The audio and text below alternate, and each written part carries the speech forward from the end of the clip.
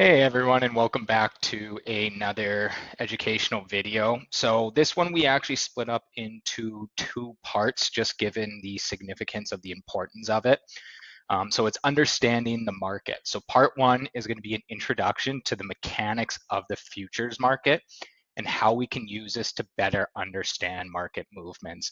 We talk to a lot of growers all the time here, and when markets are moving or the futures are moving specifically, we hear a lot that, oh, it must be the funds doing this, funds doing that. And yes, the funds do play an important role and can be moving the market on a daily or even weekly moves, but there's a lot more that's actually happening behind the scenes that relates to the cash markets that are moving the futures one way or the other. So we're going to dive in on how that affects the movement of the futures in this video here under part one. So let's dive in. So we'll go through some key terms. So basis. So basis is the difference between the futures price and the cash price. As we know, we can see the basis be a positive or a negative. You can just talk to your local buyers and find out what that basis is at any different times. And they obviously do move, but they're not as receptive, I guess you could say, or move as much as the futures markets that are moving every minute during the trading hours. So what basis really is it represents the local supply and demand situation, maybe for that local buyer, what their space constraints are, as well as what the freight difference is to maybe get to the main market. So that's what basis plays in. The next one is flat price. So this is the price that is actually paid, and that makes up of the futures and the basis in an exchange. The next one is cash, so physical. So in a lot of the trade, you'll hear people refer to cash, and that means their actual physical ownership. So, as farmers that are inherently long, you might be saying, hey, my cash is 100,000 bushels of soybeans or something. So that's what your physical ownership is. And that's what the trade refers to when they say cash. So with cash, you can be long cash, meaning that you own more physical bushels than you've sold. And of course, short would mean that you've sold more physical than you own. Next one is just highlighting futures. So futures are a standardized contract that trade on exchanges like ICE, CBOT, Matif in Europe. They represent the future delivery of commodity for specified prices and dates. And then the next one is hedge. So we always hear about hedge. So hedging is taking an opposite futures position to your cash position. And this is to minimize exposure to price volatility. So one of the things as well with hedging is what you do now in the futures market is what your expectation to do in the cash market later. So that means if you intend to sell physical bushels, say soybeans, in 2 months, and the price is good right now, you're selling a future. So we are doing in the futures market today what you expect to do in the cash market later. So going over the mechanics of the futures market. So just an overview here. So the futures market operates as a standardized marketplace connecting hedgers and speculators, enabling producers and users to transfer risk efficiently with reduced counterparty exposure. So within the futures market, you have your hedgers and your speculators. So your hedgers are, producers and consumers. They're using the futures to protect against the price volatility and stabilize margins for their operation. So within the hedgers, as much as we might think about it as just selling futures, it's actually buyers and sellers of the futures. So when you think about it, if someone who uses wheat in the end, like a wheat mill, they're actually a hedger and they'll be buying the futures, right? Because they want to protect against adverse price movements to the upside. So they want to be buying futures to protect against that. With speculators, it's traders, investors, and they're really betting on the price movements and then they're to make a profit. So they're trying to essentially arb between the different time periods, the different commodities, even the different markets as well. But as much as sometimes it does get frustrating as producers that funds might be moving the market daily or weekly and sometimes not the way that we like it, they are essential as they provide liquidity to the market that also enables hedgers to be enacting what they want to be doing in what will be the futures market, or sorry, in the cash market. So within that is the open interest. So open interest dynamics. So for every short position, there's always an offsetting long position. So open interest, you grow open interest every time a contract is filled. So that means every time a future is sold and bought, that creates one open interest, and they're offsetting. And so when you think about it, the open interest can only grow when there's new shorts or new hedges in the market. If you think about it, if you go and sell a future, you can establish whatever price you want to sell it at, and then it's just whether market fills it. So that's why open interest only grows by shorts. If you were long and you could grow the open interest by just establishing longs, and you would just go in and say, okay, I'm buying at this level, right? And just below the market and make all these ARBs. So it doesn't work that way. In order for the open interest to grow, it has to be new shorts or new sells that are coming in the market, and that longs are offsetting that or buying that. So think about it through the contract offsetting. So if we look here at company A, they're short futures. They sell physical to company B. So company B will exchange the equivalent futures to take the physical ownership over to company A. So company A that was short now gets long those futures, and that becomes an offset. So company A is now even those equivalent futures. So that offsetting short and long position will then reduce the open interest by that equivalent amount. So a little bit reading the market, open interest signals. So understanding the open interest provides really valuable insights into market sentiment and potential price movements, trend changes, things like that. So if we look at rising open interest, that indicates that new positions are entering the market, right? New shorts. So if you look at that along with rising prices, it can suggest that there's a strong buying conviction. So that means people are coming in and actually buying up those shorts that are happening. With the falling prices, it can signal aggressive selling pressure. Again, remember, open interest can grow only from shorts. So if falling prices are happening and open interest is growing, that means more people are selling into the market at the market prices. And that's with aggressive selling, will end up pushing prices down too while growing the open interest.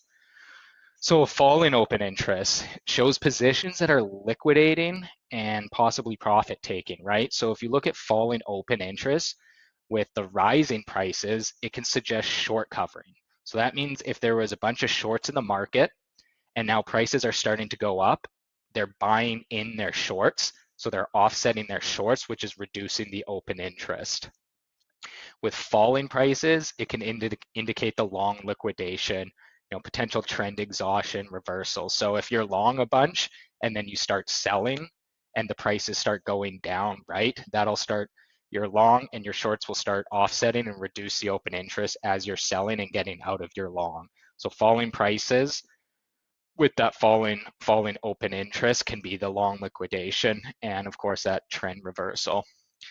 So the one that is probably ideal a lot of the time is a stable open interest. Market is at an equilibrium with offsetting positions. It's functioning relatively properly, right?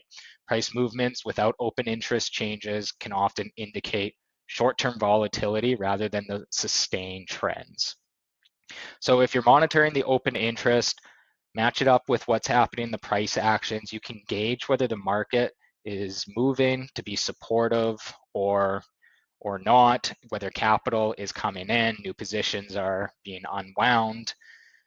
So it's pretty essential to put both just the open interest and the prices together to see which way the market is moving and what's actually happening behind the scenes. So let's look at hedgers. So essentially the foundation of the market. So hedgers, so you'll hear like cash is king. So no matter what the funds are doing, the majority of the market is made up of what's actually happening in the cash, the actual physical movement, buying and selling of, soybeans, corn, wheat, all that sort of stuff. So hedgers are producers, consumers of physical commodities who use a futures market as a risk management tool rather than for speculation. That's really key. It's a risk management tool. It's not to go out and make huge gains and losses, but it's there to protect the margin that exists. So think about it as grain handlers and sellers. So companies like a grain elevator will sell their futures to hedge against downside price risk when purchasing from producers. And remember, it protects against downside because you're selling a future, so you're short. So if you sell a future at say $11 beans and the price moves down to 10.50, you can buy it back at 10.50 and you made 50 cents on that. So that's what grain elevators are, or buyers, grain handlers and sellers, excuse me, they're wanting to protect against price movements below what they've been buying at. So that's where they sell futures. Really, this limits their exposure essentially to just the basis risk, which is a lot smaller, more manageable than what the whole futures component or full flat price is. You then have the consumers and buyers. So you have your importers, processors, feeders, that sort of thing that would be buying the futures because they want to protect against prices going higher. So if they're buying in at 10.50 on soybeans and prices go to $11 and they have to go buy in the cash at $11, they at least bought their futures at 10.50 and can sell out the $11 and make that 50 cent to offset what they're buying the $11 soybeans in the cash market as. So they're the same though. By locking in the futures, they're limiting to what that basis exposure is, which is a lot smaller. Doesn't necessarily have the volatility that the futures do, so more manageable to protect margins. So key insights that we just hit up earlier is hedgers aren't trying to profit from the price movements on the futures. They're really trying to stabilize their business margins so they can make their costs more predictable for, their strategic operations too. So short hedging, selling physicals. So short hedging protects producers, exporters, sellers, physical commodities against falling prices. And it's that time difference between when they purchase and they make their final sale. So establishing the hedge, so selling the futures contract for the physical commodities to protect against the price decline. So if you think about it as a grower, you're selling your physical over. That elevator is going to be selling the futures because they want to protect that when they then go to sell, maybe in a month or 2 months, the price hasn't dropped and they bought from you, the grower, at a higher value and are having to sell at a lower. So they will sell the futures, and that money, if the price goes down, that short on the futures helps offset the loss that they'll sell their physical at. So they're kept whole. So think about it. Price protection, falling cash prices are offset by the gains that they'll make in that short futures position, helping to stabilize those net results.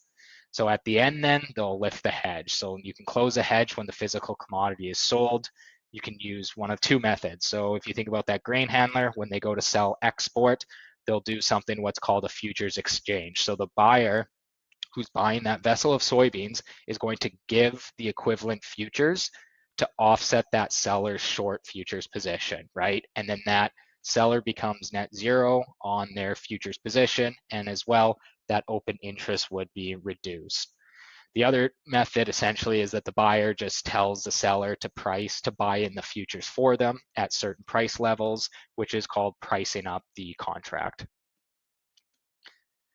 So long hedging, you're buying the physical. So importers, processors, feeders, anyone who needs to actually buy the physical commodity for their operation will be going long futures to protect against higher prices. Again, just like anything, if we want to buy something, we want to buy it the cheapest we can, right? That's the same thing that's happening in the cash market with the users of the physical commodities, is they want to be buying it at the lowest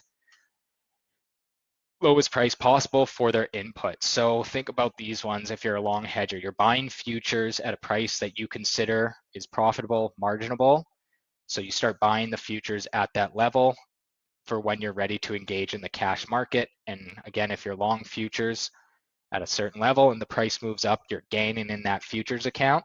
And when you go into the cash market and you have to pay that higher cash, you can pay it, but then you also made money in the futures account that helps offset what you paid higher in the cash. So you got to think about the futures and the cash market as one of the same, or at least things that work together to help protect on the prices. So rising cash prices are offset by gains on the long futures. Falling prices is meaning that you'll save money in the cash market, but you will take the loss on the futures, but it's still keeping you net the same of when you first entered in and said, yeah, the margin was good. So it's keeping that stabilized margin and profit and predictable margins. So the net result, margins remain stable, predictable, regardless of that market direction.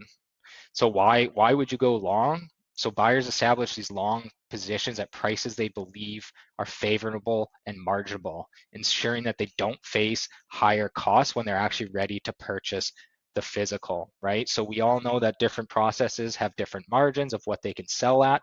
And so that's sometimes when you'll see like futures trading in certain ranges. You get up to a certain level, there becomes a lot of selling. Maybe it's farmers that are selling grain to the buyers, so that they start selling their futures and they push them down, and then it gets to a level where all the users of the commodities are saying, yeah, this is margin, so they start buying up the futures for when they can then go pay in the cash market. So again, we really want to hit on this. The goal is risk management. So it's not about perfectly timing the market to capture the highs and the lows. It's about locking in prices that generate good margins and make business outcomes predictable. So effective hedging stabilizes profit rather than maximizing speculative gains. And as producers, we got to think about that the same way. If we see prices on soybeans that are 11 bucks that are really marginable, that is a good move to go in and put a hedge on. You can sell a future, you can buy a put option, something like that, but make sure that you're locking in that good return on investment.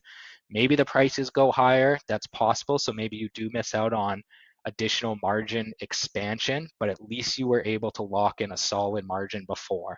Because the risk is that you get up to that price, maybe everyone else is, and they're selling before you can even get to your cash to sell, and then prices fall down and that margin erodes.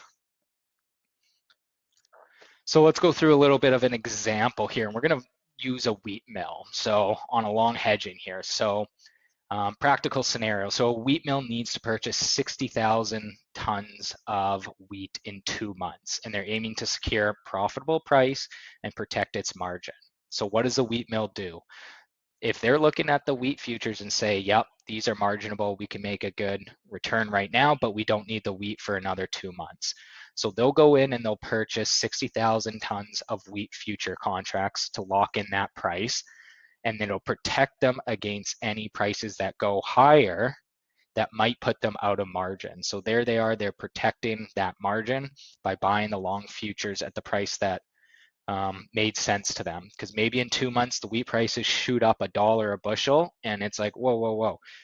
No longer we can't make money on that. But if they had the long futures that they had bought $1 below, they were protected all the way up. So 2 months later, the mill purchases the physical wheat from the grain handler. So the handler, when they were procuring the wheat from the farmers, they were also simultaneously selling those equivalent futures, right? Because the grain handler is also wanting to make sure that they were protected if there was a price move lower. So when the contract pricing settlement happens, physical exchange is finalized at the current flat price. So the mill actually has to pay what the futures price is at the time that they take the physical delivery, right? And so what they end up doing is, say if it's $6 wheat at that time, they're actually paying $6, but they bought their futures, let's say at $5. Their futures contract is long, so they're making that $1 to help offset that higher cash price. So they're still in a net position of having paid the $5. Now we are just taking basis out of this to make it more simple and understanding. So what the wheat mill does is they actually then give their futures to the grain handler. So the wheat mill was long those futures, they hand them off to the grain handler that was short. That grain handler now is an even net zero position, and that open interest is going to reduce by that amount here. So it's that offsetting. And so in the end, the wheat mill is still long because it gets its physical wheat, but it's going to use it for its process. So mill holds the physical wheat. Its effective purchase price, as I mentioned, was determined by the initial futures contract price it was at. So it protected its margins regardless of that market fluctuation to the upside. The grain handler, they were fully hedged. The sale of the futures perfectly offset that physical purchase and the sale, and they were protected against price risk during the transaction period. So what we're really trying to hit on is, yeah, we know funds are in there trading on short-term, daily, weekly movements against futures, but what's actually happening a lot more behind the scenes is wheat mills, crushers, feeders, grain handlers, sellers that are buying and selling futures based off of what they're going to be doing in the physical. And when you think about all the agriculture production of grains, oilseeds, that sort of thing that are being produced and being traded, that represents way more than what the hedge funds are just trading the paper. So some key takeaways. So the futures market transfers that risk between hedgers and speculators at times too, right? So producers and consumers are using the futures to stabilize margins. Speculators are providing that liquidity. You know, sometimes there's not everyone in the market, but speculators are there trying to make that profit. Open interest reveals a lot about market conviction. Rising open interest with price movements can show new capital entering. Falling open interest suggests positions are liquidating and potential trend changes. So third one, effective hedging isn't about perfect timing, and we need to think about this as growers. The goal is to make predictable margins and return on our production. So we're locking in prices that are profitable and work for our business, and we're not just necessarily trying to catch the absolute high or the bottom of the market, right? Because we know futures can be very volatile, particularly as you're going through seeding and crop production or crop growing time periods where they're moving up and down as the market is trying to assess the supply and demand factors, right? But if we see something and we can make 30, 35% return, it's good for us to at least put a hedge in to make sure we lock that in. Maybe prices go higher and you could have gotten up to a 40% return on investment, but hey, you still got maybe that 35%, which is good, and it's better than seeing that disappear to 25% or even worse. So that was just part one. We're going to have part two that dives in a little bit deeper on this as well. But what we're really trying to get at is what's actually happening. People are buying and selling these futures because of what their engagement in the physical cash market is. And it's not just funds that are moving the market one way or the other. As I said, funds obviously play their role, but it's about margins that are happening in the actual businesses that are using the products that the producers are growing or producing. So thanks very much. You can reach us at any of these contact numbers in the US or Canada. My name's Stephen. You can contact me via my email, stephen@simplehedge.com, and of course follow us on Twitter and Instagram as well. Thanks very much, and join in for part two that will be coming out shortly.